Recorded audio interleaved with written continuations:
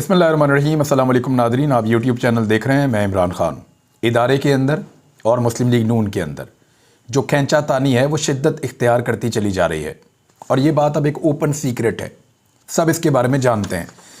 यानी शहबाज शरीफ साहब जो हैं उनके अंदाजे में ये था ही नहीं कि उनको इतना बड़ा फ़ैसला करना पड़ेगा। बहुत सारे लोगों के दिमाग में ये था कि जनरल कमर जावेद बाजवा साहब को एक एक्सटेंशन और दी जाएगी और उस एक्सटेंशन के बाद सूरत हाल तब्दील हो जाएगी, यानी कोई इतना बड़ा फ़ैसला करना ही नहीं पड़ेगा और फ़ैसले की नौबत ही नहीं आएगी। तो ये शहबाज शरीफ साहब की सवाबदीद होगी, वो एक एक्सटेंशन और मुहैया करेंगे जनरल कमर जावेद बाजवा को। लेकिन फिर हालात इस तरह के हुए कि एक्सटेंशन नहीं हुई। जनरल कमर जावेद बाजवा 29 नवंबर को रिटायर हो जाएंगे और उनसे 2 दिन पहले जनरल आसिम मुनीर रिटायर हो जाएंगे। तो फिर अब फैसला जो है वो ये करना था कि एक नए आर्मी चीफ का इंतखाब करना है, यानी उनको चूज़ करना है और उनको अपॉइंट करना है। इस बारे में इदारे की अपनी एक राय है, लेकिन नवाज शरीफ साहब की राय जो है वो ऐसा दिखाई देता है मुख्तलिफ बयानात से, मुख्तलिफ लोगों के बातचीत करने से और मुख्तलिफ लोगों का जो है। अब मुझे अच्छी तरह याद है इमरान खान साहब ने एक दिन कहा था कि नवाज शरीफ मेरिट के ख़िलाफ़ जो है वो फ़ैसले करता है और आर्मी चीफ़ की तकर्री मेरिट के ऊपर होनी चाहिए, क्योंकि नवाज शरीफ जब भी फ़ैसला करता है वो फ़ैसला इस बारे में करता है कि जो कुछ भी हो जाए मेरा फ़ायदा होना चाहिए। ये इमरान खान ने कहा था। तो उस वक्त DGISPR का एक स्टेटमेंट आ गया था और फ़ौज के अंदर शदीद गम गुस्सा पाया गया था। इस वक्त नवाज शरीफ साहब बज़िद हैं कि एक ऐसी तकर्री की जाए जिसकी आइन में गुंजाइश बताया जा रहा है कि नहीं है और वो फिर मामला अदालत में चला जाएगा। तो इस सूरत हाल में नवाज शरीफ साहब बज़िद हैं कि उनकी बात मानी जाए। इदारा ये कह रहा है कि आइन और कानून के मुताबिक किया जाए। लेट्स सी होता क्या है। लेकिन ये लड़ाई बड़े दिलचस्प मरहले में दाखिल हो गई है। मैंने पहले आपको बताया था कि नून लीग एक ऐसी जमात है जिनको जैसे ही इक़्तिदार मिलता है ये आपे से बाहर हो जाते हैं। अब ये आपे से बाहर हो चुके हैं और अपने लाने वालों को या जिन्होंने इनको सहूलत फराहम की है या जिन्होंने लाकर इनको इस ओहदे के ऊपर बिठाया है उन सब के लिए दर्द सर बन गए हैं। लाने वालों को भी इबरत महसूस हो रही होगी कि ये हमने क्या काम कर दिया है। बहरहाल मुस्लिम लीग नून और एस्टेब्लिशमेंट में लड़ाई शुरू है। शहबाज शरीफ ने कुछ अरसा कबल एक ऑफ़र की थी एक शख्स को और ये कहा था कि आप PTI को अगर तबाह बर्बाद करने का हमारे साथ वादा कर लें, और मैंने इस पर एक वीलॉग भी किया था उस दौर में, तो मैं आपको एक बहुत अहम ओहदा दे दूंगा। लेकिन उस शख्स ने उस वक्त इनकार कर दिया था। इस बात को यहां पे रोक लें। मेरी इत्तला के मुताबिक मैं आपको इससे जुड़ी हुई एक और खबर दे रहा हूं, क्योंकि पाकिस्तान में देखिए एक ही काम सबसे ज़्यादा अहम होता है। दुनिया पाकिस्तान को यह समझाना चाहती है। अशोक सवेन ने भी ये स्टेटमेंट दिया। उन्होंने कहा पाकिस्तानियों को यह समझना होगा कि आर्मी चीफ कोई खुदा नहीं होता। तो एक आर्मी चीफ एक ऑफिसर है और उसको एक ऑफिसर की तरह ही रहने दीजिए। हमारे यहाँ पे कुछ उलमा मौलवी, कुछ हमारे यहाँ पे हम मीडिया वाले, मैं इस गलती का हिस्सा रहा बाज़ औक़ात, मुझे भी ऐसा लगता था, लेकिन वक्त के साथ इंसान सीखता है। तो बहुत सारे लोग अभी भी नहीं सीखे, बड़ा लंबा अरसा हो गया उनको काम करते हुए, हमसे बहुत सीनियर हैं, लेकिन अभी भी वो आर्मी चीफ को खुदा बना देते हैं।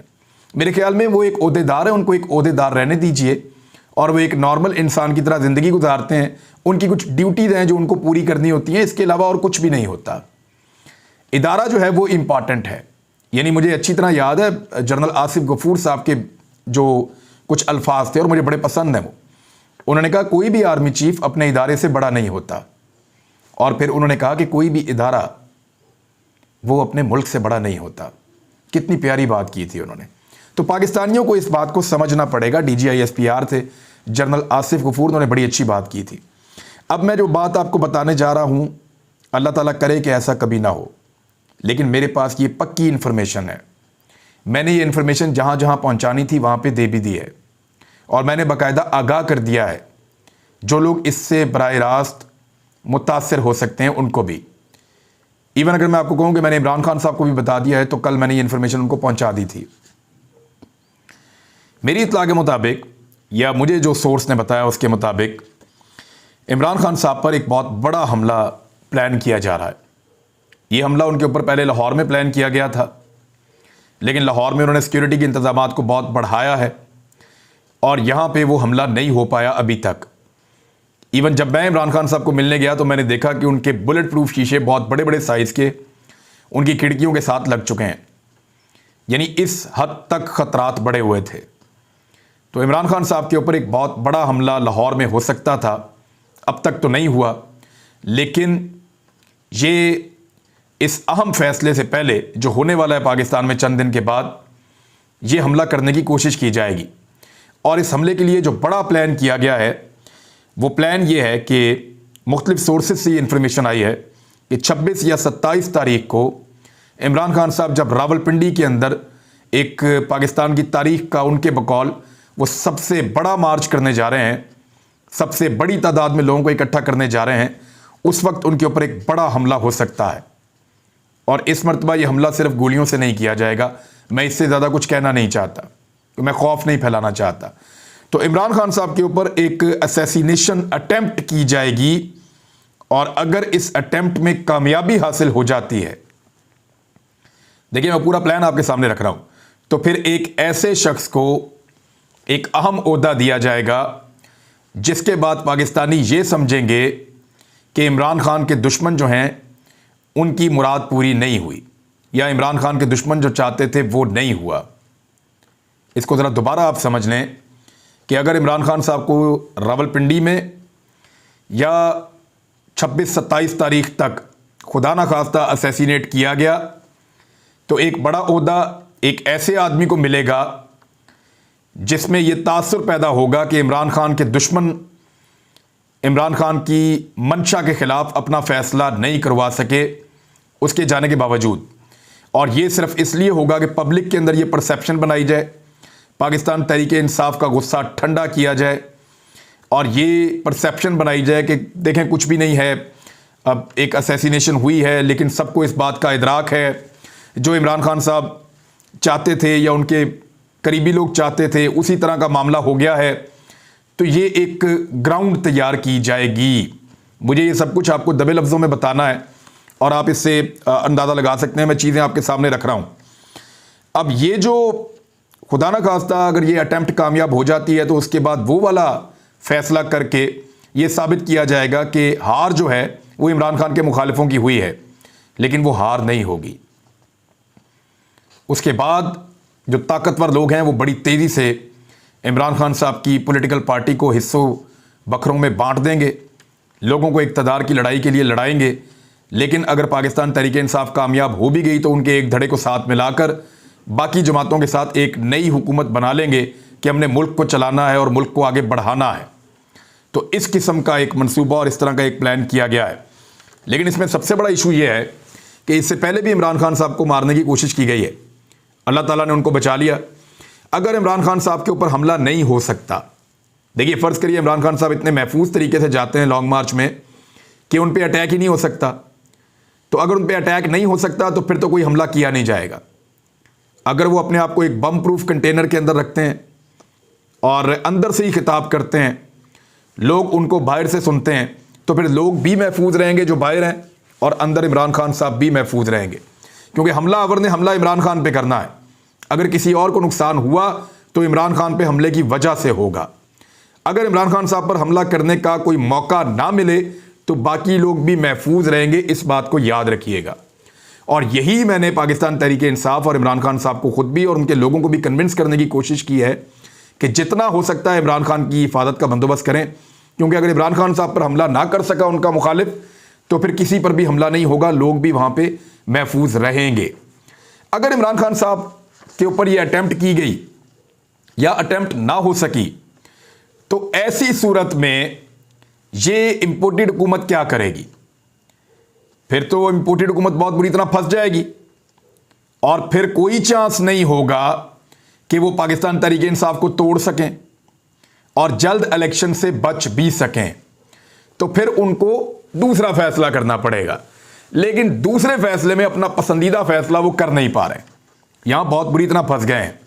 यानी इतनी बुरी तरह फंस गए हैं कि इस वक्त अजीबोगरीब स्टेटमेंट आ रहे हैं। राणा सनाउल्लाह का आपने सुना कि समरी आए या ना आए हम फैसला कर लेंगे कि वजीर आजम आर्मी चीफ का तकर्रुर कर देंगे और यह आईनी और कानूनी होगा। इस वक्त सब ठीक नहीं है। ये कौन कह रहा है? ये मियां जावेद लतीफ़ कह रहे हैं। ये मियां नवाज शरीफ के बहुत करीबी आदमी है। इस वक्त सब ठीक नहीं है, वाकई सब ठीक नहीं है। मियाँ साहब निकल लिए यूरोप की सैर को, लंदन को छोड़ के, तो ठीक कैसे हो सकता है? लेकिन ये एक्चुअली कुछ और कह रहे हैं। इस वक्त सब ठीक नहीं है। अगर आर्मी चीफ की तकर्री पर वज़ीर आज़म के इस्तेहकाक को कोई बुलडोज करेगा तो फिर क्या हम मुंह में घुंघरियां डालकर बैठे रहेंगे? हम बात क्यों नहीं करेंगे? ये जावेद लतीफ़ साहब ने धमकी लगाई है। राणा सनाउल्लाह साहब ने अपनी बात की है। शाहिद खाकान अब्बासी साहब ने गैर आइनी और गैर कानूनी चीज़ें होने का तस्करा किया है। ख्वाजा आसिफ साहब ने फ़ौज के ऊपर काफ़ी तनकीद की है। शहबाज शरीफ साहब ने एक ख़त लिखा है और उसके बाद मुलाकात भी हुई है। मुलाकात के हवाले से जो ऑफिशियली एक चीज़ सामने आई है वो मैं आपको पढ़ के सुना देता हूँ। वज़ीर आज़म मियाँ शहबाज शरीफ से ख्वाजा आसिफ ने मुलाकात की, ये ज़राए के मुताबिक है। इस मुलाकात के दौरान अहम सिक्योरिटी इदारे के सरबराह भी मौजूद थे। वज़ीर आज़म के मामले ख़ुसूसी मलिक अहमद ख़ान भी मौजूद थे। मलिक अहमद ख़ान वो आदमी हैं जो PMLN और GHQ के दरमियान एक ब्रिज का किरदार अदा करते रहे हैं और ये जो ताकतवर हल्के हैं उनके एक फेवरेट के तौर पे भी थे वज़ीर आला पंजाब के कैंडिडेट में, और इसके लिए इन्होंने बड़ी मेहनत की है। इवन इन्होंने वो चीज़ें भी पॉलिश की हैं जो नॉर्मली कोई नहीं करता। तो मलिक अहमद ख़ान साहब इसके बावजूद वज़ीर आला पंजाब नहीं बन सके। मैं इनको एक अच्छे आदमी के तौर पे जानता हूँ, लेकिन इन्होंने मेरे ऊपर गद्दारी के और बगावत के इल्ज़ामात भी लगा दिए किसी के कहने के ऊपर।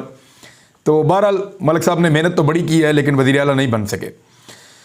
ज़राए के मुताबिक मुलाकात में आर्मी चीफ की तकर्री अहम तैनातियों से मुताल्लिक उमूर ज़ेरे गौर आए। इस दौरान पाक फ़ौज में अहम तैनातियों से मुताल्लिक मुशावरत की गई। ज़राए के मुताबिक आइंदा 24 घंटों के दौरान आर्मी चीफ की तैनाती पर पेशरफ्त मुतवक्के है।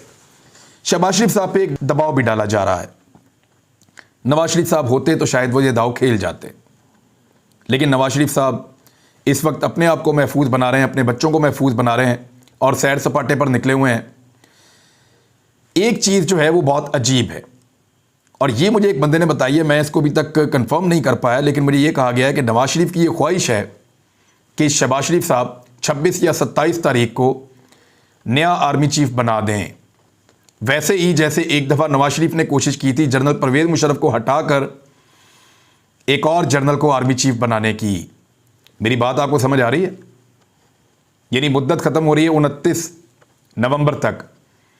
मुझे एक सोर्स ने बताया कि नवाज शरीफ की ये ख्वाहिश है कि शहबाज शरीफ कमाल दिलेरी का मुजाहरा करते हुए 27 नवंबर से पहले एक नया आर्मी चीफ अपॉइंट कर दें, उस तरीके से जिस तरीके से नवाज शरीफ परवेज़ मुशर्रफ को हटाकर एक और आर्मी चीफ लगाना चाहते थे। ये बड़ा ख़तरनाक खेल हो सकता है।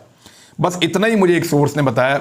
मुझे उसकी बात के ऊपर जो है वो अभी कोई कंफर्मेशन तो इन चीज़ों की हो नहीं सकती, लेकिन नवाज शरीफ साहब से आप कुछ भी आप तवक्को कर सकते हैं, वो कुछ भी कर सकते हैं। अब एक चीज़ और है मेरे पास, ये मैं आपके साथ शेयर कर देता हूँ। एक बंदा फंस गया, बहुत बुरी तरह फंस गया है। इसका नाम है आतिफ नवाज वड़ाइच। ये PMLN का बहुत करीबी आदमी है और मुस्लिम लीग नून के नज़रिए का हामी है। और यहाँ पे मेरे पास एक पेपर है, एक साहब ने मुझे भेजा है, इसमें भी तफसीलात में कुछ चीज़ें लिखी हुई हैं कि ये वो शख्सियत हैं मोहतरम जो PMLN के बहुत करीबी हैं, लेकिन FBR के जो ऑफिसर्स की एक लिस्ट बनाई गई कि ये एक जाट बरादरी है, उसमें जो FBR के ऑफिसर्स हैं वो कौन कौन हैं, तो उस लिस्ट के अंदर आतिफ नवाज वड़ाइच साहब का भी नाम मौजूद है। जो खबर अहमद नूरानी ने छापी है उसके अंदर जो स्क्रीनशॉट्स लगाए हैं उनमें जो एक स्क्रीनशॉट है वो आतिफ नवाज वड़ाइच का नाम लिखा हुआ इसके ऊपर, यानी इसको हाइड नहीं किया जा सका। उसकी वजह से ये ऑफिसर ख़तरे में आ गया कि बहुत मुमकिन है कि इसने अपने जो सिस्टम है उससे इसको खोला, FBR के रिकॉर्ड को, और खोलने के बाद वहाँ से स्क्रीनशॉट लेकर वो भिजवा दिए जहाँ भेजने थे और वहाँ से पहुँच गए अहमद नूरानी के पास। तो इस बंदे का नाम नहीं छुपाया जा सका और इस गलती की वजह से ये बंदा एक्सपोज हो गया है, कुछ लोग ये कह रहे हैं। बहुत मुमकिन है इस आदमी को गायब कर दिया जाए या इसके ऊपर कार्रवाई की जाए, लेकिन जो बज़ाहिर दिखाई दे रहा है वो ये है कि ये नून लीग का आदमी है, पाकिस्तान तहरीक इंसाफ पर हमेशा बहुत तनकीद करता रहा है और एंटी इदारों का जो बयानिया है वो भी ये बंदा अपनाता रहा है। और मुस्लिम लीग नून ने, इसहाक डार ने, नवाज शरीफ ने, मरीम नवाज़ ने, ये जो ग्रुप है इन्होंने जनरल कमर जावेद बाजवा साहब की फैमिली के असासों की तफसीलात इस बंदे के थ्रू मुबैना तौर पे निकलवाई और निकलवा कर वो पहले अपने पास मंगवाई, फिर कहीं और भेजी और फिर वहाँ से अहमद नूरानी के पास पहुँची और अहमद नूरानी ने पूरी एक स्टोरी दे दी। अब मैं ये नहीं कह रहा उनकी स्टोरी गलत है, उनकी स्टोरी के अंदर जो फैक्ट्स हैं वो FBI के रिकॉर्ड के मुताबिक है। रिकॉर्ड के बाहर जो चीज़ें हैं उस पर तो उन्होंने बात ही नहीं की, वहाँ तक वो पहुँच नहीं सके या वो होंगी नहीं। लेकिन जो FBI के रिकॉर्ड के मुताबिक है उसमें उन्होंने बताया तो आतिफ नवाज वड़ाइच ये खतरे में आ गया है। और इससे एक चीज़ पता चलती है कि खैंचा तानी नवाज शरीफ ग्रुप और एस्टेब्लिशमेंट के दरमियान इस वक्त अपने उरूज पर पहुंच गई है। इसको कैसे रोकना है, किस तरह रोकना है, इसका फैसला जो है वो पाकिस्तान के इदारों ने ही करना है। क्योंकि मैंने एक दिन कहा था कि जो आज आपकी आंखों के तारे बने हुए हैं ना, ये आपको दिन में तारे दिखाएंगे। तो शायद अब नज़र आना शुरू हो गए हों या हो सकता है थोड़े दिनों में नज़र आ जाएं। लेकिन एक और स्टेटमेंट आपको बताता हूँ नून लीग का कि इदारे के अंदर बैठकर अभी भी लोग सियासत कर रहे हैं। अब नज़र आना शुरू हो गई वो सियासत जो गुज़िश्ता 7 महीनों से नज़र नहीं आ रही थी। अब तक के लिए इतना ही। अपना ख्याल रखिएगा, अपने इस चैनल का भी। अल्लाह हाफ़िज़।